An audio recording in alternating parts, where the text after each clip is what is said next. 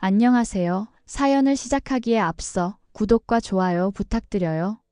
감사합니다. 사연 시작해 볼게요. 제가 너무 순진했던 걸까요? 아니면 그들이 너무 뻔뻔했던 걸까요?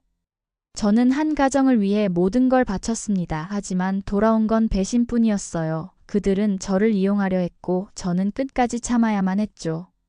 그런데요, 사람이 한계에 다다르면 더 이상 참지 않습니다. 그날 저는 결심했어요. 이제 끝이라고. 더는 당하지 않겠다고요. 때로는 우리가 겪는 힘든 순간들이 나중에 보면 더 나은 미래로 가는 징검다리가 되기도 하죠. 저는 그리 부유하진 않았지만 늘 따뜻하고 행복한 가정에서 자랐어요. 엄마는 제가 10살 때 하늘나라로 가셨지만 아빠는 그 빈자리가 느껴지지 않도록 저를 극진히 사랑해 주셨죠. 주말이면 저를 데리고 나들이도 가고 때로는 바닷가에 가서 모래성도 쌓으며 즐거운 시간을 보냈어요. 아빠는 엄마의 빈자리를 채우기 위해 더 열심히 살아오셨고 저는 그 사랑 속에서 행복하게 자랄 수 있었어요.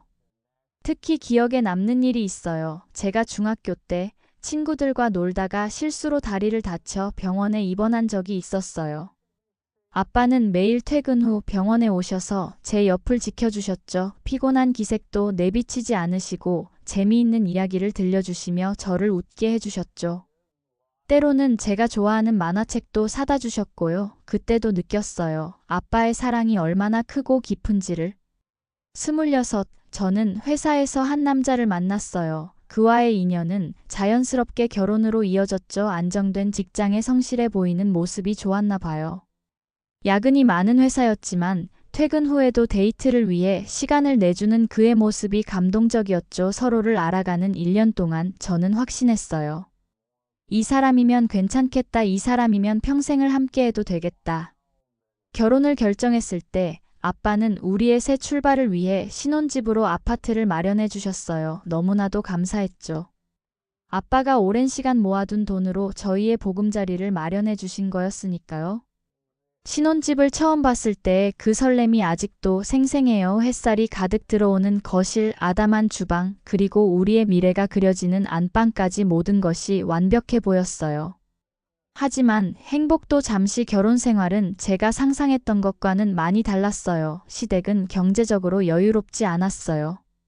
처음에는 아빠가 아파트를 마련해 준 것에 대해 감사해야 하는 듯 했죠. 그런데 점차 그들의 요구가 늘어나기 시작했어요. 특히 시어머니는 신혼집을 아들과 공동 명의로 해달라고 요구하셨어요. 이제 한 가족이 된 건데 그깟 명의 하나 바꾸는 게 뭐가 어려워? 너희 아빠도 너무 하시는 거 아니니? 어차피 해줄 아파트 공동 명의로 해주면 좀 좋아? 잘났네 아들 만나서 살면서 그런 것 하나 해결 못하니? 시어머니의 요구는 계속되었어요. 하지만 아빠는 정중하게 거절하셨어요. 사실 그 집은 제게 주시려고 했던 게 맞긴 했어요. 하지만 아빠는 일단 본인 명의로 두고 차차 변경하려고 하셨거든요. 그런데 시어머니는 이해하려 하지 않으셨어요. 그때부터였을까요? 시어머니의 태도가 달라지기 시작한 게 처음에는 미세한 변화였어요. 주말마다 시댁에 가서 식사 준비하는 건 당연한 일이 되었고 명절에는 일주일 전부터 가서 김치며 장아찌까지 담가야 했죠. 시누이는 이혼 후 어린 아들과 작은 빌라에서 월세로 살고 있었어요. 주말이면 시누이 가족도 항상 시댁에 모였죠. 넌 지금 시간이 몇 시인데 이제 오니? 신우랑 조카는 벌써 와서 기다리고 있었는데 친정이라도 다녀온 거야? 맨날 친정 아빠나 챙기고. 또 어느 날은 제가 출근했는데 시어머니와 시누이가 일부러 제 회사 근처까지 와서 한우를 먹고는 저를 부르더라고요. 너 지금 내가 불러내서 불만이니? 너는 남편 잘 만나서 호의호식하면서 이 정도는 해야 하지 않겠어? 우리 먹은 거 좀 계산하고 가라. 우린 갈 테니. 심지어 화장실에 갔다가 시어머니가 시누이에게 하는 말을 듣게 되었어요. 아휴, 며느리라고 하나 있는 게 어디서 저런 게 들어와서는 말이 안 통해. 그냥 명의만 바꿔주면 되는 걸 지 아빠 하나 설득도 못하고. 이런 말들이 일상이 되어갔어요. 처음에는 참았죠. 시댁이니까, 가족이니까 하면서요. 하지만 점점 더 심해졌어요. 남편의 월급날이나 제 월급날이면 어김없이 전화가 왔죠. 얘, 너 오늘 월급 들어왔지? 내 신우랑 조카 힘들게 사는데 생활비 좀 보내줘라. 이런 요구가 한두 번이 아니었어요. 그래도 대부분 순순히 돈을 보내주었죠. 남편도 그랬어요. 처음에는 그런 남편이 착하다고 생각했어요. 하지만 나중에 알게 됐죠. 그것이 단순한 착함이 아니라 죄책감 때문이었다는 걸. 어느 날 우연히 남편의 통장 내역을 보게 되었어요. 거액의 출금이 반복되고 있었죠. 처음에는 빚이 왜 이렇게 많지? 하고 의아했어요. 하지만 그것은 시작에 불과했어요. 어느 날 밤 남편이 늦게 들어왔을 때였어요. 평소와 달리 술 냄새도 나지 않았는데 왠지 모르게 불안해 보였어요. 그날 밤 남편의 휴대폰에 수상한 메시지가 왔고 저는 그제야 모든 것을 알게 되었어요. 도박이었어요. 처음에는 친구들과 가볍게 시작했다고 하더군요. 하지만 점점 금액이 커졌고 결국 회사 돈까지 손을 대기 시작했다는 거예요. 여보, 이제 그만해요. 우리 다시 시작해봐요. 처음에는 애원도 해보고 함께 상담도 받아보자고 했어요. 하지만 남편의 도박은 점점 더 심각해졌어요. 밤늦게 들어오는 날이 잦아졌고 급기야 회사도 제대로 나가지 않기 시작했어요. 통장 잔고는 바닥을 보였고 신용카드는 한도를 초과했죠. 그런데도 남편은 변하지 않았어요. 이상하게도 시어머니는 아들의 문제는 모른 척하면서 오히려 저를 더욱 몰아세우셨어요. 마치 모든 게 제 잘못인 것처럼요. 요즘 우리 아들이 왜 이렇게 피곤해 보이니? 너는 집에서 뭐 하는 거야? 밥도 제대로 안 차려주나 보네. 우리 아들내미가 왜 이렇게 말랐어? 니네 아빠 챙긴다고 남편은 뒷전이야? 어느 날은 시누이 앞에서 이런 말씀까지 하셨죠. 남편 뒷바라지도 제대로 못하는 게 진짜 우리 집안하고는 안 맞는 것 같아 꼴랑 아파트 하나 해왔다고 유세야 뭐야.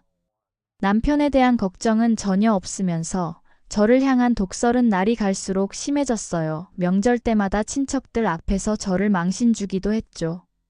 그러던 어느 날 부동산 시장이 들썩이면서 아파트 가격이 크게 올랐어요. 그러자 시어머니의 요구는 더욱 노골적으로 변했죠. 이혼하고 월세방에서 어린 아들 키우는 시누이가 불쌍하지도 않니?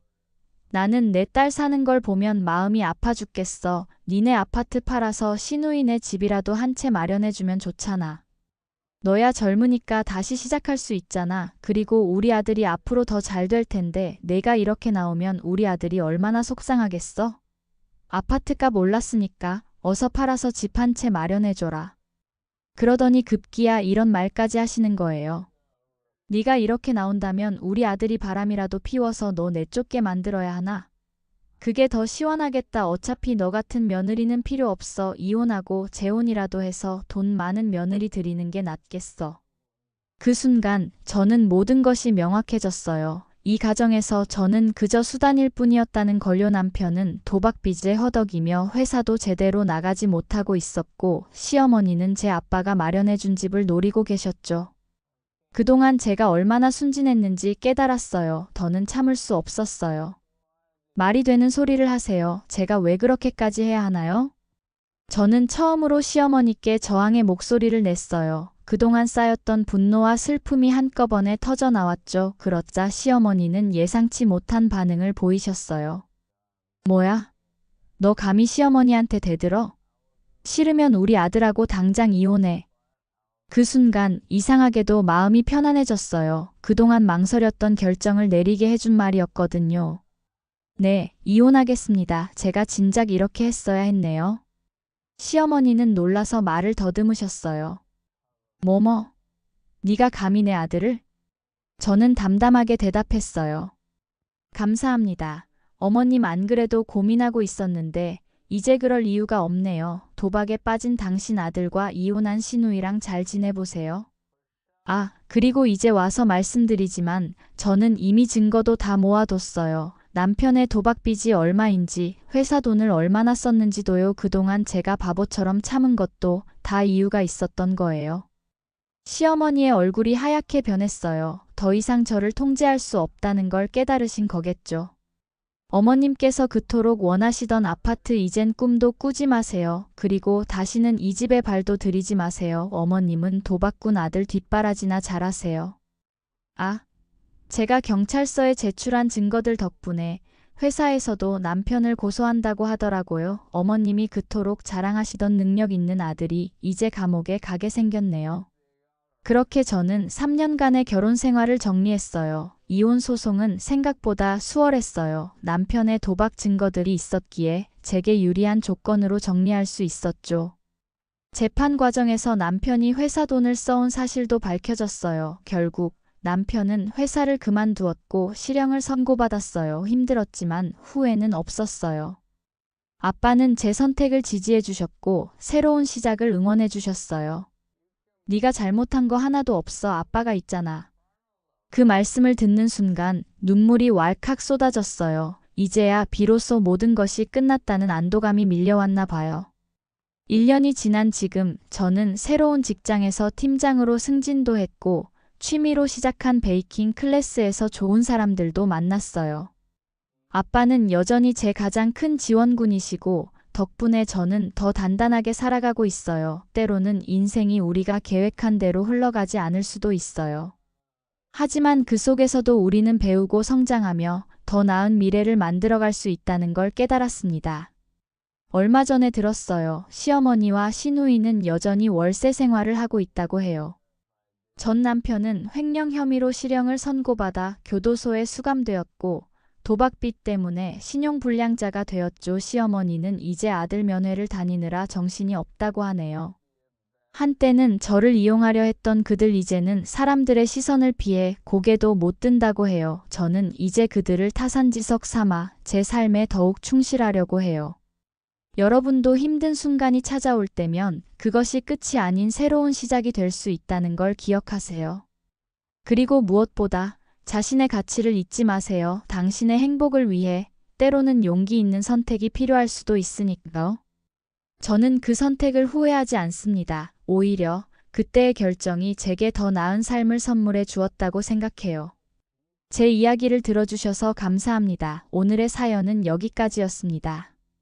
구독과 좋아요, 알림 설정까지 잊지 마세요.